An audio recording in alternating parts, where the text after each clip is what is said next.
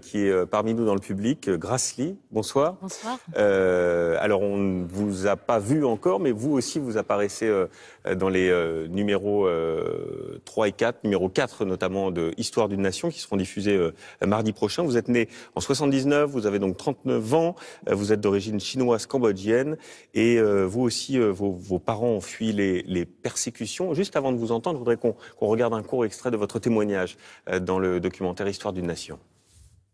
Quand j'étais petite, ma maman m'appelait sa petite banane. Parce qu'une banane, c'est jaune dehors et blanc dedans. Et pour elle, c'était une insulte, que je parlais pas très bien chinois, que je préférais manger des pâtes à manger des nouilles, que je préférais la fourchette à la baguette. Donc en fait, c'était son petit mot, un petit peu affectueux, mais quand même une petite pique, pour me dire qu'il fallait que je fasse des efforts, ne pas oublier d'où je viens. Voilà, votre maman vous appelait votre petite banane. Oui. Et ça vous énervait beaucoup. Oui, c'est pas très sympathique de me rappeler toujours que j'étais pas assez chinoise à la maison et j'étais pas assez française à l'extérieur. Je me retrouve dans tous les témoignages qui ont été qu'on a entendus parce que mes origines se voient sur mon visage et il y avait cette question de est-ce que tu es française ou est-ce que tu es chinoise, comme s'il y avait un choix à faire, comme si mes identités n'étaient pas compatibles l'une avec l'autre. Vous en avez souffert de cette double culture? La banane, c'est le symbole du mal-être que je ressentais quand j'étais petite, c'est-à-dire comme si le blanc et le jaune ne se mélangeaient jamais et que c'était imperméable, alors que finalement, je pense que non. Et il y a d'autres moments dans le documentaire où vous témoignez et vous dites, pour nous, enfants issus de l'immigration, qui plus est quand ça se voit sur notre visage, c'est plus compliqué d'être français que pour les autres. Voilà. Et c'est ce que vous avez vécu, dites-vous, pendant une grande partie de votre jeunesse. Alors, je ne sais pas si c'est plus compliqué, moi je ne peux parler que de mon expérience, mais en tout cas mes parents... C'est compliqué de ne pas faire partie de la majorité, de ne pas être dans la norme. Disons que la norme, c'était pas moi. Je n'étais pas la norme.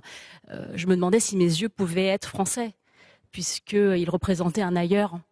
Et en plus d'être étrangère, mes parents, en plus d'être ils sont nés dans l'Empire français, c'est-à-dire qu'ils étaient sujets de l'Empire français, et tout ce qui me rappelait à l'Asie était négatif. C'est-à-dire que les images liées à l'Asie, c'était des images négatives. C'était le péril jaune, ces envahisseurs. On dit parler chinois, c'est du chinois pour moi, comme si c'était une langue très très très bizarre. Ou bien des chinoiseries, c'est des choses, des ornements peut-être un peu insignifiants. Voilà, toute cette image est négative. Comment on le vit ce racisme ou cet ostracisme quand on est une jeune fille? Je voulais pas être chinoise. Je voulais être comme les autres, comme ce que vous disiez sur ce plateau. Je voulais pas ressembler à une personne comme moi, et j'ai mis beaucoup de temps à m'accepter telle que je suis, et enfin de me dire de toute façon j'ai pas le choix. Donc je peux être fière d'être française et d'être fière des origines de mes parents, et ça n'a rien d'incompatible. Vous avez résolu cette problème entre guillemets à travers le regard des autres de double culture. Vous vous acceptez comme vous êtes aujourd'hui? J'ai fait un peu de chemin, je pense pas être au bout, je pense que ça fluctue.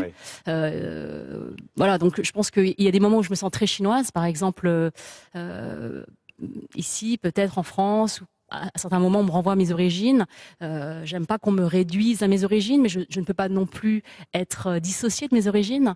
Et en même temps, il y a des moments où je suis peut-être au bout de la terre et je me sens très française quand je vois une aberration, un camembert trop cher. Vous voyez. Et alors, je crois que vous tenez aujourd'hui un blog intitulé justement La Petite Banane, en référence à la manière dont vous appelez votre maman, dans lequel vous luttez aussi contre le racisme et les clichés sur les Asiatiques. Alors, on a été regarder avec l'équipe de France 2, il y a des choses assez marrantes comme ça quand on ne vit pas à la première personne pour soi, mais vous dites par exemple quand je vais au parc avec mes enfants, les gens viennent me voir et me disent c'est toi la nounou, c'est ça, c'est toi qui gardes les enfants? Oui, c'est assez violent parce que être mère, c'est quand même quelque chose que j'aime. Enfin, j'adore être mère. Vous voyez, c'est mes enfants et ils me sont absolument. Enfin, c'est les choses les plus précieuses dans ma vie.